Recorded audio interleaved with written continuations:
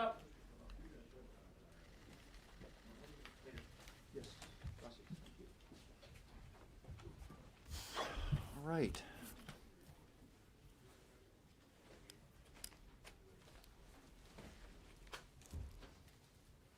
Well, good morning. Leader Chuck Schumer may think that every day that goes by, the shutdown gets better for the political prospects of the Democrats, but every day that it goes by, it gets a lot worse for the American people. Now, Democrats, senators might start to feel that a little bit personally when they try to fly out of airports and you see some of the impacts that are already occurring with respect to TSA and air traffic control. And families around the country are already seeing the impacts, and it's about to get a whole lot worse. Because we just needed 5 more votes, 5 more Democrat votes that the Democrats wouldn't give us yesterday, the American people are going to miss a lot more and feel a lot more pain and miss a lot more paychecks in the very near future. So shame on the Democrats. Shame on the Democrats for doing this to the American people. I mean, look at that. Really? Every day gets better for us? Every day gets better for us. That's their thought about what this shutdown means. So shame on the Democrats for what they're doing to the American people. Republicans want our troops to get paid. We want our air traffic controllers to get paid. We want our TSA agents to get paid. We want our border control agents to get paid. And we have voted that way now in the United States Senate 7 times to open up the government.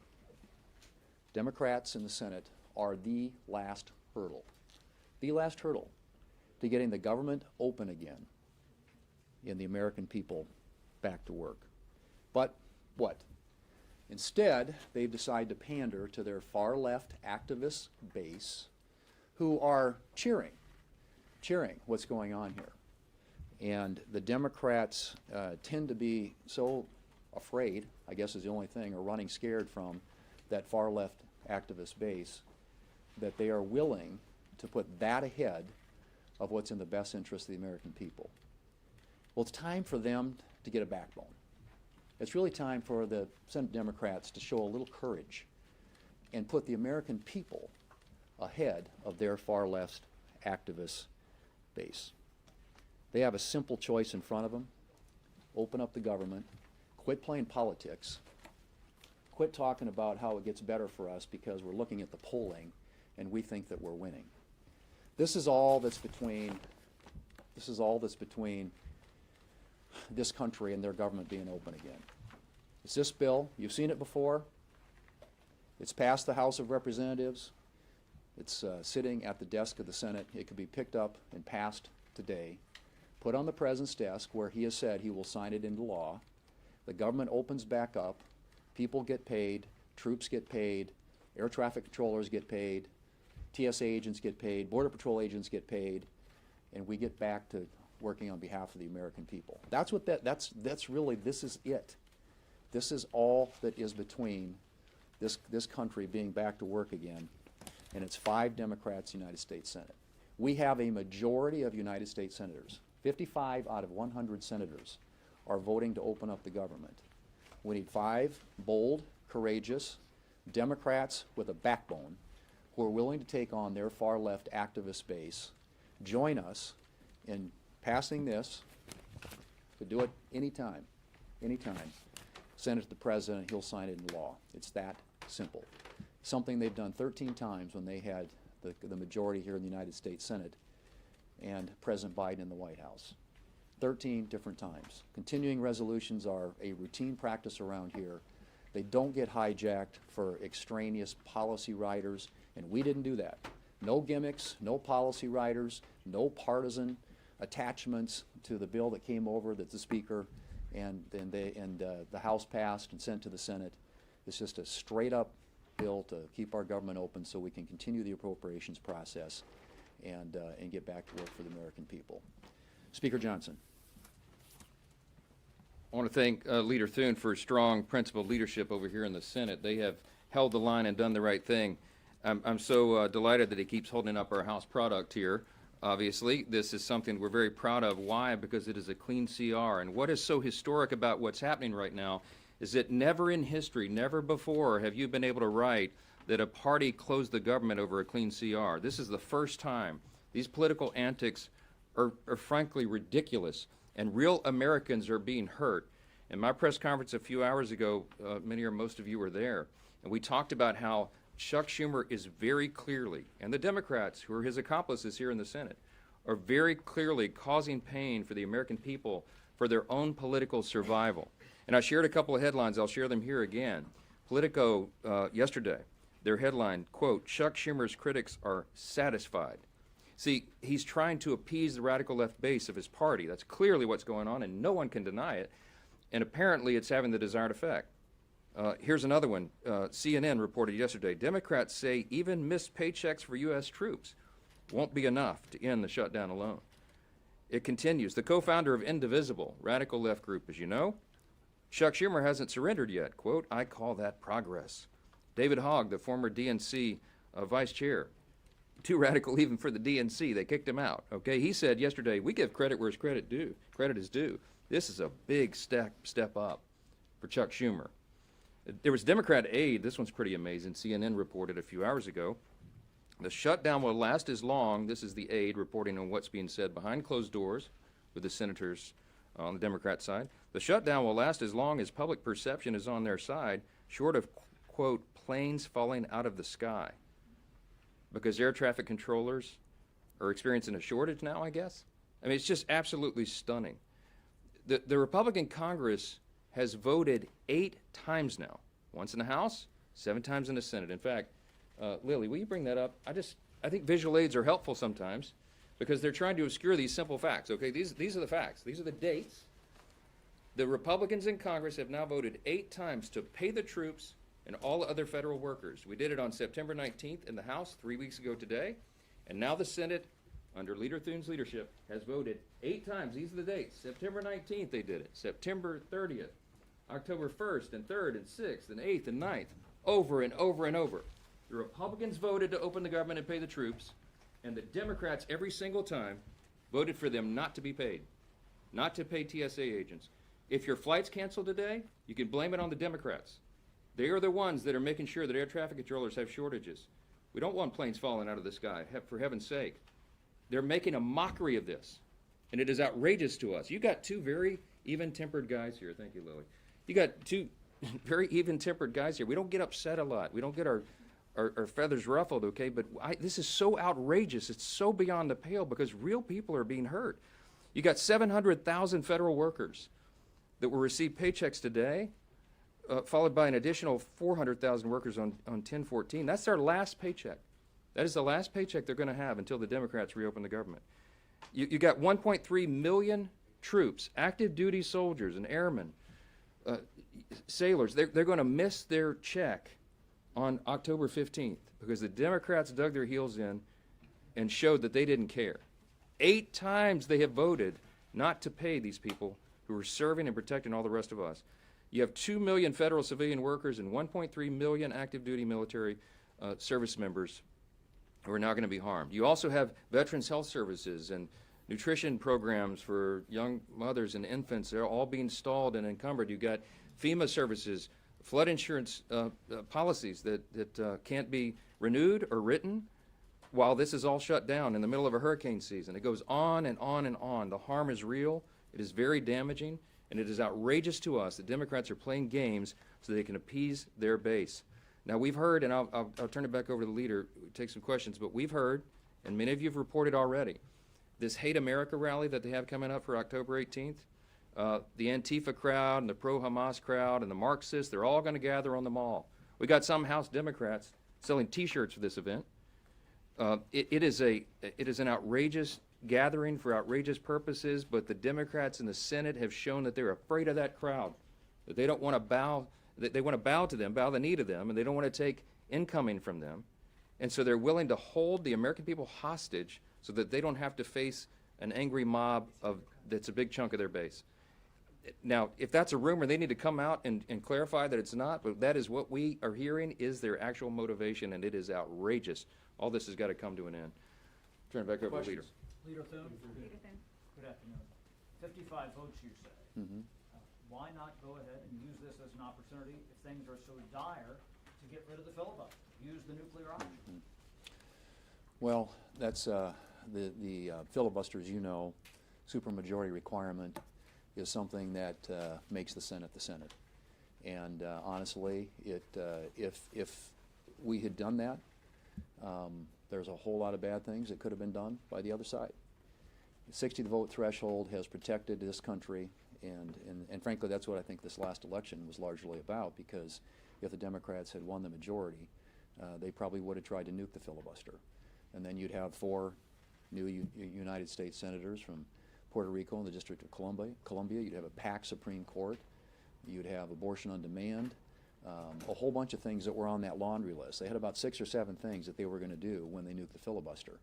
And so the filibuster protects. It's been a voice for the minority. It gives the minority a say in what happens in this country. The founders created the Senate uniquely that way for that specific reason. And so it's just really not that complicated. All it takes is a little backbone, a little courage on behalf of 5 Democrats to do what they have done and what we've done for decades when it comes to funding the government. Continuing resolutions, as we pointed out 13 different times in the last 4 years with the Biden in the White House and the Democrats with the majority in the Senate, this was done. It's a routine thing. And it's just, this is outrageous what they are doing. And it is. They ought to be ashamed, because this just doesn't get done. You don't hijack the federal government to try and create $1.5 trillion in new spending, free health care for non-citizens, and you can go right down the list. I mean, this isn't even realistic. I mean, they're not serious people. And it's time they came to their senses and did the right thing for the American Are people. you feeling any pressure on the filibuster?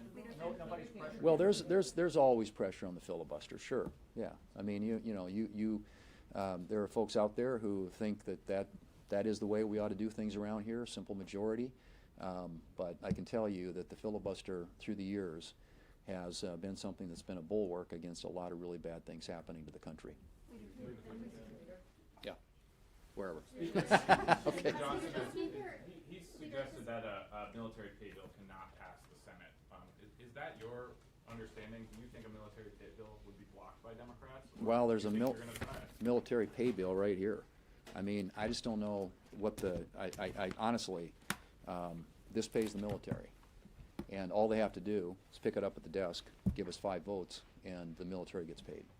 Leader Thune, do you know whether Trump is going to try to move money around to pay the troops, and do you think that is something he should be doing? I suspect that they're probably going to be, pretty soon, they're going to have to do some things. I think, to their credit, the White House has now for 10 days laid off doing anything in hopes that enough Senate Democrats would come to their senses and do the right thing and fund the government. But now, now that we're getting these where people are going to start missing paychecks, this gets real. This gets real for families, a lot of military families who live paycheck to paycheck, a lot of American families who live paycheck to paycheck who are federal employees. And so I just think that the White House, my expectation is, yes, they're going to have to start making some decisions about how to move money around, which agencies and departments are going to be impacted, which programs are going to be impacted, which employees are going to be impacted. That's what a shutdown does. You put the administration and this presidency in a position where they're going to have to make some hard decisions.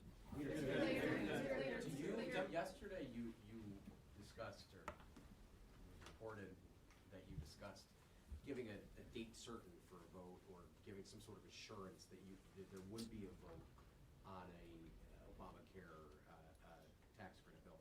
Could you talk through that, what you're thinking, and what happened there?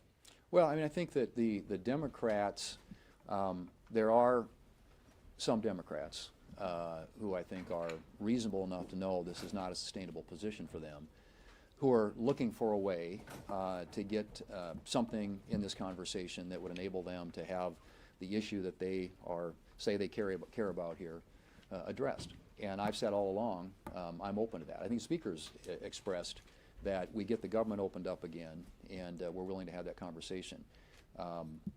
Yeah, and frankly, so those are some things that I think are perhaps real possibilities, but it doesn't happen absent voting to open up the government.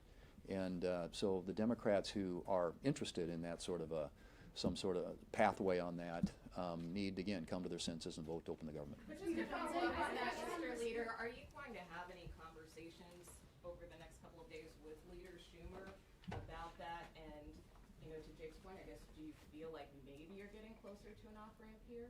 Well, I think Leader Schumer is checked out. I don't think this is going to happen. I think this is going to happen organically with enough reasonable Senate Democrats who care enough about doing the right thing for their country and not what's in the best interests of their left-wing political base to come forward and help us find a solution. And those conversations continue. But, you know, the insistence of the Democrat leadership on their you know, plan or nothing else is, I mean, I don't know how do you even come forward with a proposal that has $1.5 trillion in new spending, wipes out everything that we did last summer with the reconciliation bill, including the $50 billion that goes to rural hospitals, and wipes out all the provisions that banned free health care to non-citizens. I mean, really? You think that's going to pass the Senate or even come close to getting a vote in the House or a signature by the President? What they're talking about is unserious. It's been unserious from the very beginning.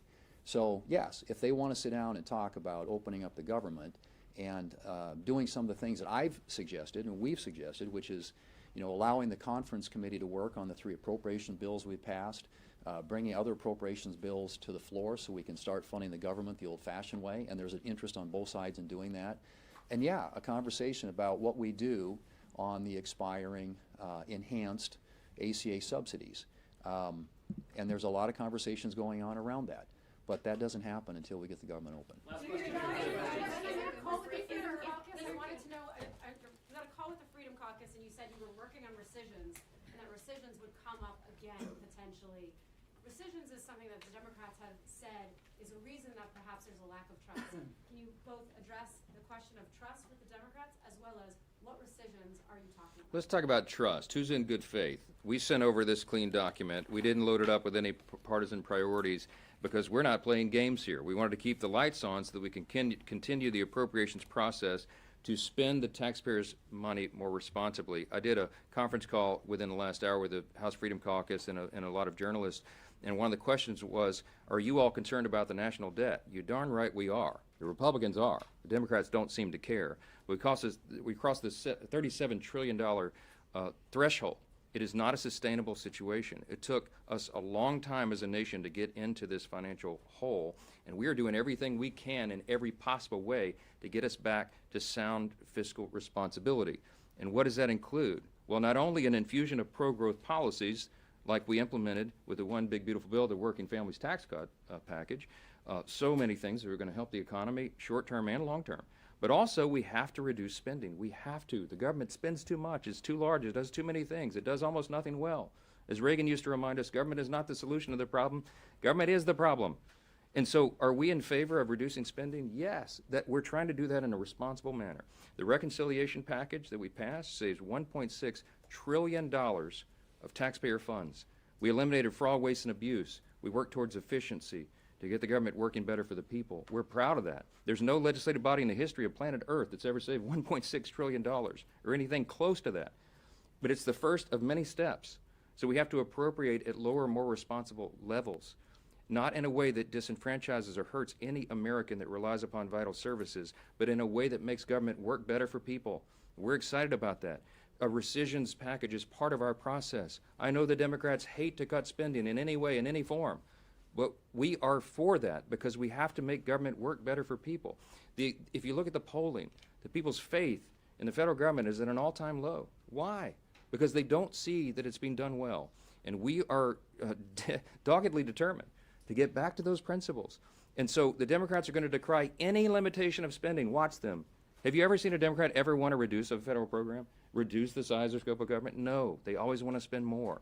We cannot afford to do that. We have to do it better. The Republican Party are the ones that are going to return us to fiscal sanity, and all of this is part of that. This simple CR is part of that. We didn't load it up with partisan priorities. We tried to make it simple because we had appropriators in the Republican and Democrat parties who joined together and said, in the House, and said, you know what?